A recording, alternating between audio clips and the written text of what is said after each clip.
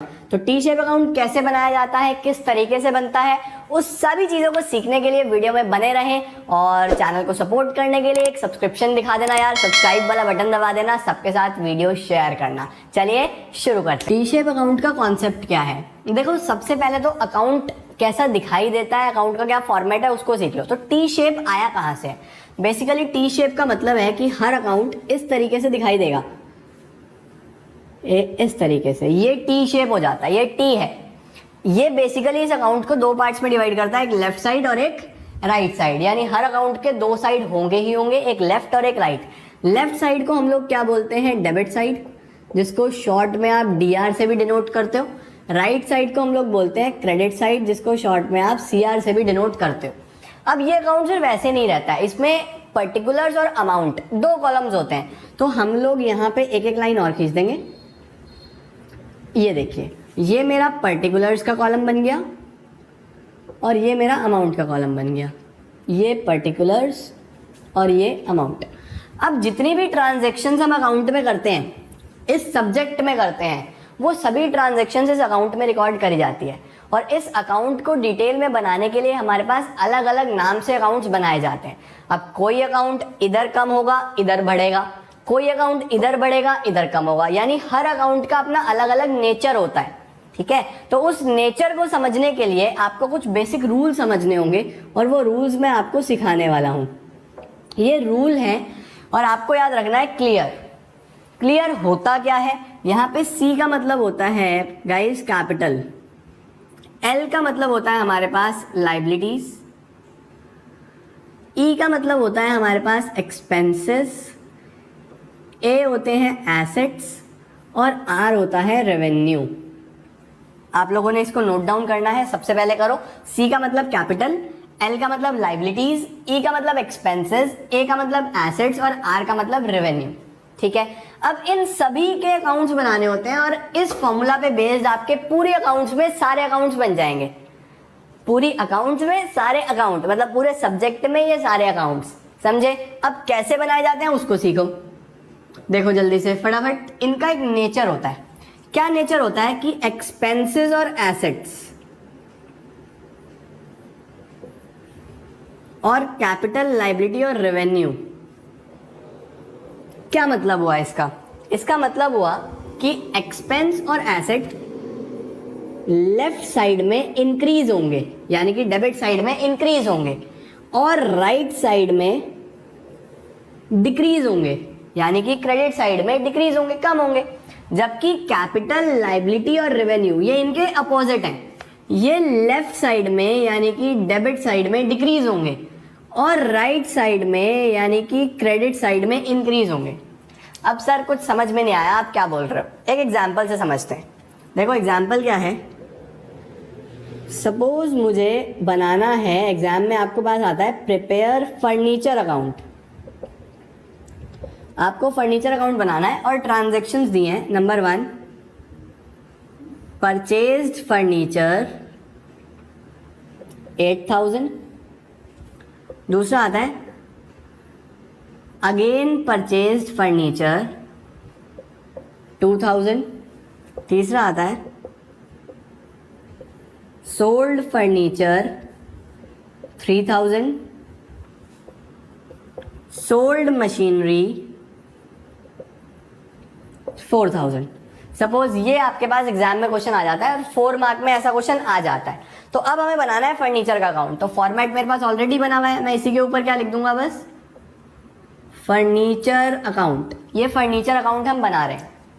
अब देखो, आप सबसे पहले ये आइडेंटिफाई करोगे कि फर्नीचर इन 5 में से क्या है। क्या फर्नीचर आपका कैपिटल है? नहीं। लायबिलिटी है? नो। एक्सपेंस है? नो। क्या फर्नीचर आपका एसेट है? यस। फर्नीचर क्या होता है? हमारा एसेट होता है। अब पकड़ो पॉइंट को।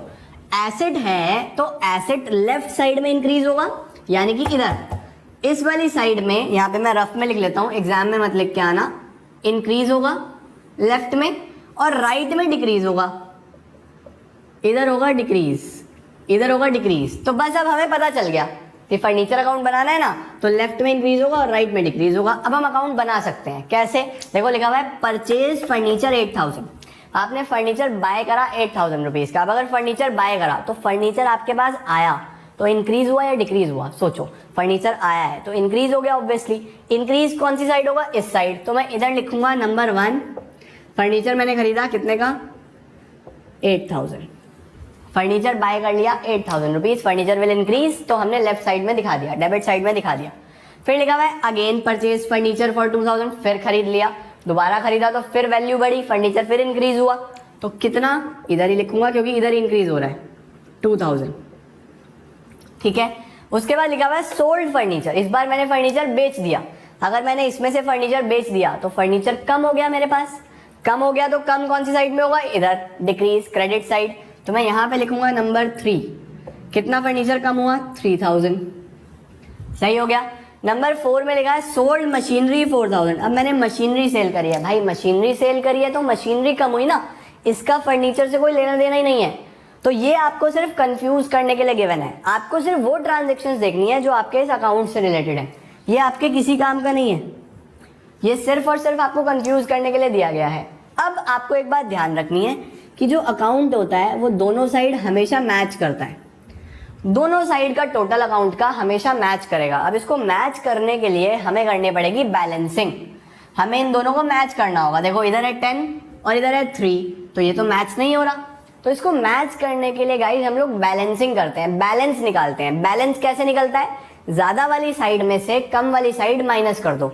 जैसे कि ये ज्यादा वाली साइड है 10,000, इसमें से 3 माइनस करो, 3 माइनस करोगे तो इधर 7000 आ जाएगा। इसको हम किस नाम से दिखाएंगे, बैलेंस के नाम से। 10,000 में से 3000, ज्यादा वाली साइड में से कम वाली साइड माइनस करो, बैलेंस आ गया 7000। तो टोटल कितना होगा इसका, 8 and 2 10,000 एंड 8 and 2 10,000, दोनों साइड्स का टोटल मैच कर जाता है। समझ में आया आपको।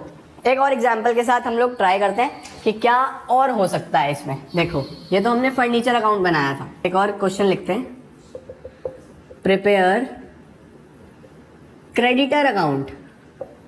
हमें क्रेडिटर का अकाउंट बनाना है। Number 1, purchase goods from x 10,000, हमने एक्स से गुड्स खरीदे हैं 10,000 रुपीज के। Number 2, return goods to X, कुछ गुड्स हमने वापस कर दिए 2000। Number 3, again purchased goods from X 5,000। Number 4, payment made to X 6,000, हमने एक्स को पेमेंट करा है 6,000। ये ट्रांजेक्शन्स गिवन है, कहा जा रहा है क्रेडिटर अकाउंट बनाइए। तो चलो अब बनाते हैं क्रेडिटर अकाउंट। क्रेडिटर अकाउंट कैसे बनेगा, सबसे पहले हम एक अकाउंट का फॉर्मेट बना लेंगे बेसिक, दोनों साइड का टोटल के लिए हम कॉलम्स बना देते हैं, लास्ट में हम डबल लाइन करते हैं, ये आपको पता होना चाहिए। कौन सा अकाउंट है ये है क्रेडिटर अकाउंट। क्रेडिटर का मतलब क्या होता है, क्रेडिटर वो होता है जिसका हमने पेमेंट करना होता है, जिसका हमने पैसा देना होता है। ये हमारी डेबिट साइड, ये हमारी क्रेडिट साइड। अकाउंट का एक बेसिक फॉर्मेट है जो आपको फॉलो करना है। यहाँ पे पर्टिकुलर्स, यहाँ पे अमाउंट, यहाँ पे पर्टिकुलर्स, यहाँ पे अमाउंट। अब फिर से नेचर पे आ जाओ, आओ देखते हैं कि क्रेडिटर का क्या नेचर है। क्रेडिटर वो है जिसका हमने पैसा देना है। क्या क्रेडिटर हमारी कैपिटल है, नो। क्या क्रेडिटर हमारी लाइबिलिटी है, यस। क्रेडिटर हमारी लाइबिलिटी होता है कि हमने उसका पैसा देना है, तो लाइबिलिटी हुआ या नहीं हुआ। लाइबिलिटी का नेचर देखो, लेफ्ट साइड में डिक्रीज, राइट साइड में इंक्रीज। तो बस बहुत सिंपल है, इधर ये डिक्रीज होगा, ये मैं अपनी अंडरस्टैंडिंग के लिए लिखता हूँ, एग्जाम में नहीं लिखना। एग्जाम में रफ में ये देख लिया करो बस, जब 3-4 अकाउंट बना लोगे प्रैक्टिस हो जाएगी। इधर होगा ये इंक्रीज, ठीक है। अब देखते हैं, हमने गुड्स खरीदे एक्स से, एक्स हमारा क्रेडिटर हो गया। उधार में सामान खरीदा 10,000 रुपीज, तो क्या हमारा क्रेडिटर बढ़ गया, हमने एक्स का पैसा देना है 10,000 रुपीज, क्रेडिटर बढ़ गया। किधर इंक्रीज होगा, इधर इंक्रीज होगा। नंबर 1 कितना इंक्रीज हो गया, ये 10,000, क्लियर। उसके बाद लिखा हुआ है रिटर्न गुड्स टू एक्स 2,000, हमने कुछ गुड्स जो खरीदे थे वो खराब निकले होंगे या कुछ उसमें प्रॉब्लम होगी, हमने वापस कर दिए।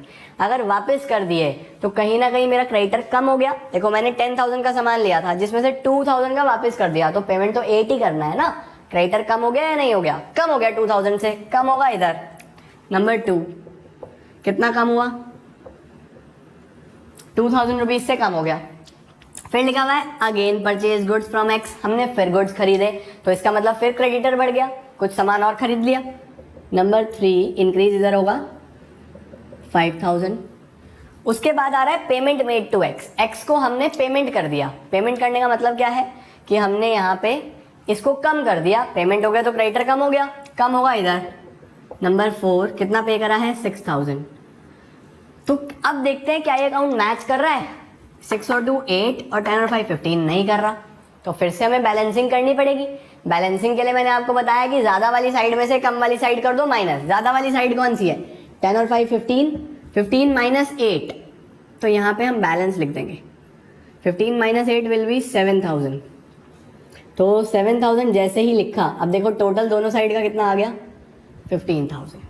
ये बैलेंस वैसे शो क्या कर रहा है? ये बैलेंस शो कर रहा है कि आपको क्रेडिटर को देने थे 15, जिसमें से अभी आपने 8 दे दिए हैं, एक तरीके से सेटल कर दिए। अभी और कितना अमाउंट सेटल करना है? 7000। तो इस तरीके से आप कोई भी नेचर पकड़ के टी शेप अकाउंट बना सकते हैं। करेक्ट। तो ये हमारा एक कॉन्सेप्ट होता है टी शेप अकाउंट का, और हमारा अकाउंटिंग इक्वेशन ऑलमोस्ट कंप्लीट हो गया है। अगली वीडियो में हम लोग डिस्कस करने वाले हैं जर्नल एंट्रीज, जो कि एक सबसे इंपॉर्टेंट चैप्टर माना जाता है अकाउंट्स में। तो बने रहो चैनल पे, और जर्नल एंट्रीज सीखने के लिए be prepared. Thank you so much.